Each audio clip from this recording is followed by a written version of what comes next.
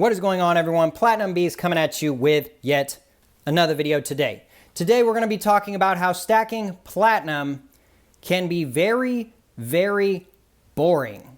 All right? Yes, the word boring applies to platinum to the fullest extent. I'm going to explain a little bit more what I mean by that.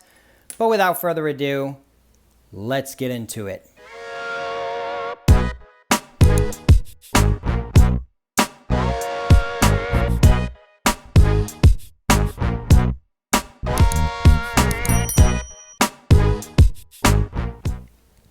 All right, everybody. So Platinum Beast, what do you mean platinum stacking is boring? Well, this is what I mean. All right. We got a kookaburra and a kookaburra and a kookaburra and a kookaburra and a kookaburra and a kookaburra, and it seems like it's just never ending, right? And we got maybe a koala, maybe a koala, maybe another koala, maybe another koala, and maybe another koala. All right? And that's what we have, right? A lot of what happens with platinum stacking is very boring. And that's one of the most boring things about it, right? If we were stacking silver, we could branch off into some cool stuff, like this lion, or this coin I got, I don't know when, or something like this. It's kind of cool, a little JM Bullion silver round, or something like this, a Barbados coin, or something like this, a Merlin coin. I mean, overall, very, very cool stuff, right, in the silver stacking world. But when it comes to platinum, it's very boring, right? It's not a lot of cool stuff that you get to see and witness and purchase and buy. And a lot of that has to do with demand, right? Silver obviously has a much higher demand than platinum does, so there's going to be a lot more offerings for it. Now, that is one aspect of platinum stacking that gets very, very boring over time, picking up the same thing incessantly. Now, there is some variety out there, and realistically, I probably could have more variety in my own personal stack. You know, we got Eagles, we got Britannias, we got some variety. We got some stuff to work with here, but it's nothing compared to silver and even gold, right? Because gold was made into money so long ago, there's a lot of vintage gold pieces that you can kind of pick up. But when it comes to platinum, the options are very, very scarce when it comes to vintage. So you're stuck buying mostly new stuff, and you're stuck having to wait for the latest pickup to come out because there's only a few offerings each year. So this is one of the boring aspects of stacking platinum. Now, should you not stack platinum because of this? No, absolutely not. Don't let the fact that it's boring dissuade you. Now, if I'm being honest, at the end of the day, us stackers are somewhat hoarders, collectors, you know, people that like shiny things, getting stuff in the mail. All those things go into part of the reason why we stack. That's not the whole reason by any means, but it's definitely part of the reason why we stack. So, with that being said, how do you curb this sort of sadness that there's just not that much to look forward to in the platinum world? Well, you can realize that it's okay to buy silver and gold and platinum. I myself do the same thing, right? I have all three precious metals, and I purchase all three on a regular basis.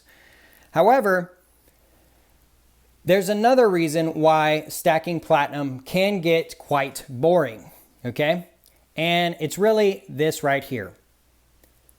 Yes, spot price, all right?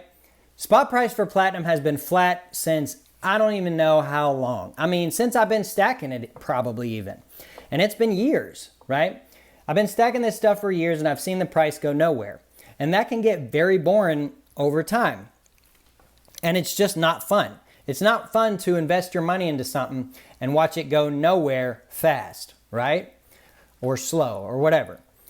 Especially when you see things like silver and gold go up with the rate of inflation, with the economy changes, all kinds of different stuff. And you see platinum just sitting there, getting more and more stale as the day goes on. And the weeks and the years and all that stuff. But it's important to keep in mind the fact that at a certain point in time, we were looking at silver and gold with the same mindset. We were waiting so long for silver to reach $20 an ounce. It seemed like an eternity. It would get real close, 18, 19. Nope, don't think so. It would get real close again, 18, 19. No, again, don't think that's going to happen. We get real close, 17, 18, 19. Again, dip back down. It seemed like a never-ending cycle with silver. With gold, we weren't really seeing too much movement. I mean, you saw a little bit here and there. It would continually grow. I would say it is the best inflation-proof metal. If you're looking just strictly at the price of inflation or the rate of inflation or what have you, whereas silver and platinum have more industrial uses, so they can fluctuate depending on what industry is using them, much more than gold. But with that being said, we saw silver go up, and we've seen it go up year in and year out since roughly around year 20. We've seen gold reach its all-time high, and it breaks that record constantly, month after month, year after year. It's insane. And we see platinum sit and be boring and stale and go nowhere, and I'm out and blah, blah, blah, blah, blah. That's what I see on my videos all the time. I get comments saying, I'm done, I've sold it all, and I'm boy, am I glad I did, and this, that, and the other.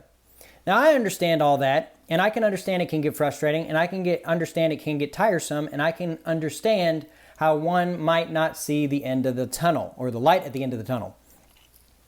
But I want to caution y'all when thinking with that mindset, right? Is how many people got out of silver when they just gave up on seeing it reach $20 an ounce and then said, I really wish I hadn't have done that, right? And how many people gave up on gold? They sold their gold jewelry. They sold their inheritance of their grandma's gold necklaces and stuff like that. And they say, man, I sure wish I held on to that, right? So I personally think that platinum is going to reach that same level at some point where people are going to be like, man, I wish I didn't sell when I did. I wish I had held on. I wish I hadn't let it go. This, that, and the other. I really think that's going to happen. It has happened in the past where we've seen platinum just moon, and it can happen again. Now, I also want to say that don't bank on that just being the norm, right? Will we see platinum go up and stay there? Maybe. Will we see it go up and then come back down? Also maybe. So with that being said, just let the boring be boring and be okay with that, because the smartest investments I find are typically the most boring, right? If you just dump your money into the S&P 500, for instance, it's going to grow, it's going to be slow, it's going to be tedious, and you're just going to sit there like, man, I wish I had NVIDIA, or man, I wish I had Apple back in 1999, or man, I wish I had Tesla back in 2015. You know, it's going to be stuff like that, right? But if you just can stay strong in that safe environment of just doing the S&P 500, you'll still see that 5 to 10% growth over time, and that one-off you missed out on, hey, it's okay because my money still grew and I didn't have to worry too much about it, right? So you can spend your life worrying and trying to bet and sort of gamble a little bit with riskier investments, or you can spend your life saying, well, you know, I didn't lose money, I gained money, I didn't make as much as I could, but it's much better than losing, right? So that's the mindset that I kind of have, and that's what I wanted to talk about today in today's video, about how platinum and stacking it can be very boring, but it's important not to let that get to your head when you are stacking platinum. So with all that being said, I appreciate each and every one of y'all for stopping by and checking out the video today. Be sure to hit the like button on your way out, hit that subscribe button so you can always stay up to date, future updates on the Platinum Beast channel. And with all that being said, until next time, we'll see y'all.